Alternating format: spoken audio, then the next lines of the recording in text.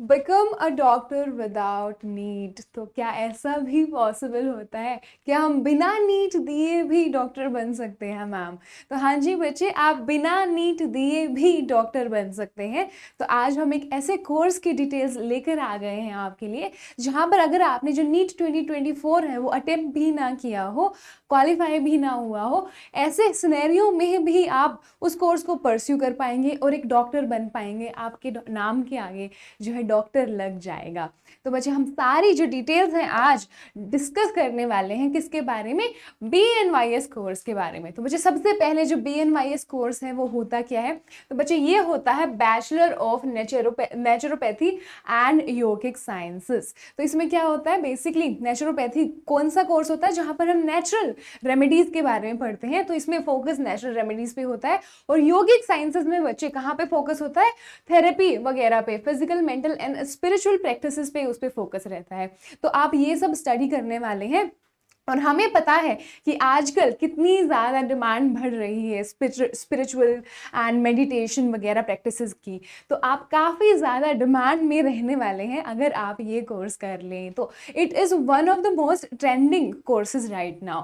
तो बच्चे, ये है BNYS। तो अगर हम इसकी डिटेल्स के बारे में और जाने तो हम देख लेते हैं कि इस कोर्स का सारे डिटेल्स क्या है। तो यहाँ पे हम इस टेबल में देखते हैं कि सबसे पहले एक ग्रेजुएट लेवल का हमारा जो है कोर्स वो होता है। उसके अलावा अगर इसकी ड्यूरेशन देखें बच्चे, तो 4.5 ईयर्स का, जैसे आपका MBBS होता है वैसे ही ये भी होता है 4.5 ईयर्स का, 1 साल की इंटर्नशिप पीरियड के साथ। तो वो चीज़ भी ठीक है। उसके अलावा बच्चे, अगर हम थोड़ी सी एलिजिबिलिटी की बात करें, जो हमने आगे डिटेल में थोड़ा और मेंशन किया हुआ है, बट थोड़ी सी अगर बात करें तो ऑब्वियसली 12th होना चाहिए, क्योंकि आपका ग्रेजुएट लेवल का है तो 12th तो उससे पहले होनी चाहिए आपकी।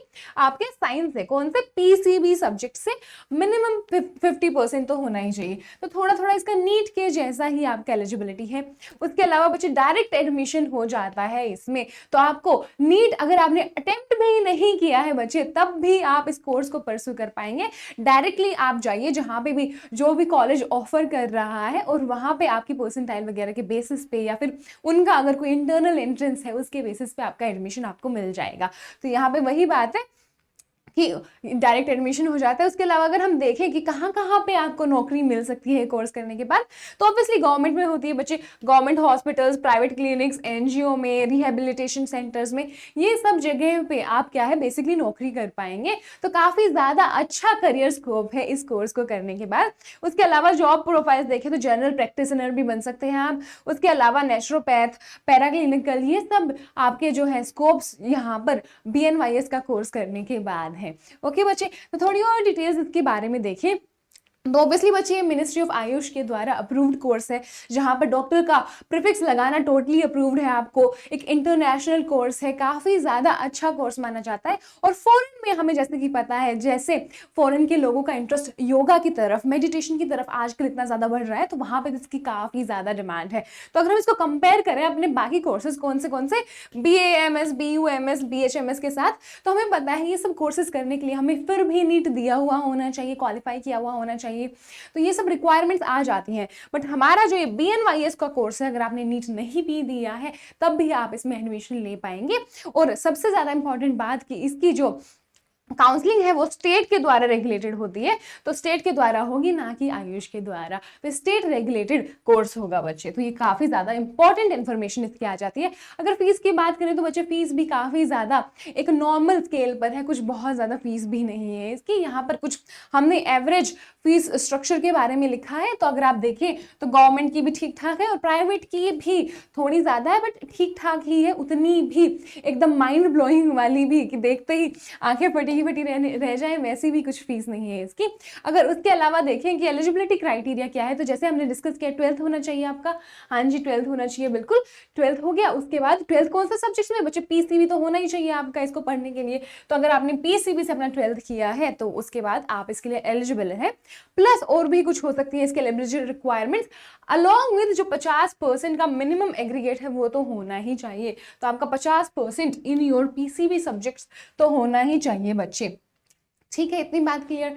हाँ जी, इतनी बात क्लियर हो गई है। अब हम बात देखें कि एंट्रेंस एग्ज़ाम्स रख सकते हैं कुछ कॉलेजेस जो अपने एडमिशन के लिए आपका एंट्रेंस टेस्ट ले सकते हैं और फिर आपको एडमिशन दे सकते हैं अपने कॉलेज में, वो भी बात क्लियर हो गई। उसके अलावा भी कुछ रिक्वायरमेंट्स उस कॉलेज स्पेसिफिक हो सकती हैं। इन जनरल कुछ वो है रिक्वायरमेंट्स, वो इतनी दी नहीं है, ऑब्वियसली तो हटा ही दिया गया है इसके लिए। उसके अलावा हमारे पास अगर फ्यूचर स्कोप देखें बच्चे कि आप फ्यूचर में कौन सी फर्दर हायर एजुकेशन जा सकते हैं, तो आप एमडी भी कर सकते हैं बच्चे। काफ़ी ज़्यादा फील्ड्स में एमडी हो सकती है। कुछ यहाँ पे हमने लिखी है, जैसे नेचुरोपैथी, योगा और न्यूट्रिशन एंड डाइटिक्स में तो आप कर ही सकते हैं एमडी। तो आप एमडी भी परस्यू कर सकते हैं अपना बीएनवाईएस का कोर्स करने के बाद। अगर करियर ऑप्शन देखें बच्चे, तो करियर ऑप्शन भी काफ़ी अच्छे खासे आ जाते हैं। नेचुरोपैथिस्ट बन सकते हैं, योगा थेरेपिस्ट बन सकते हैं, एंटरप्रेन्योर वगैरह बन सकते हैं। तो काफ़ी अच्छा खासा करियर का आपका स्कोप रहेगा अगर आप परस्यू करें बीएनवाईएस बच्चे। उसके अलावा हम देखते हैं कि काफ़ी सारे जो कॉलेज का लिस्ट है, काफ़ी सारे गवर्नमेंट कॉलेजेस में ये अवेलेबल है। तो अगर आपको स्क्रीनशॉट लेना हो तो वो आप ले लीजिएगा।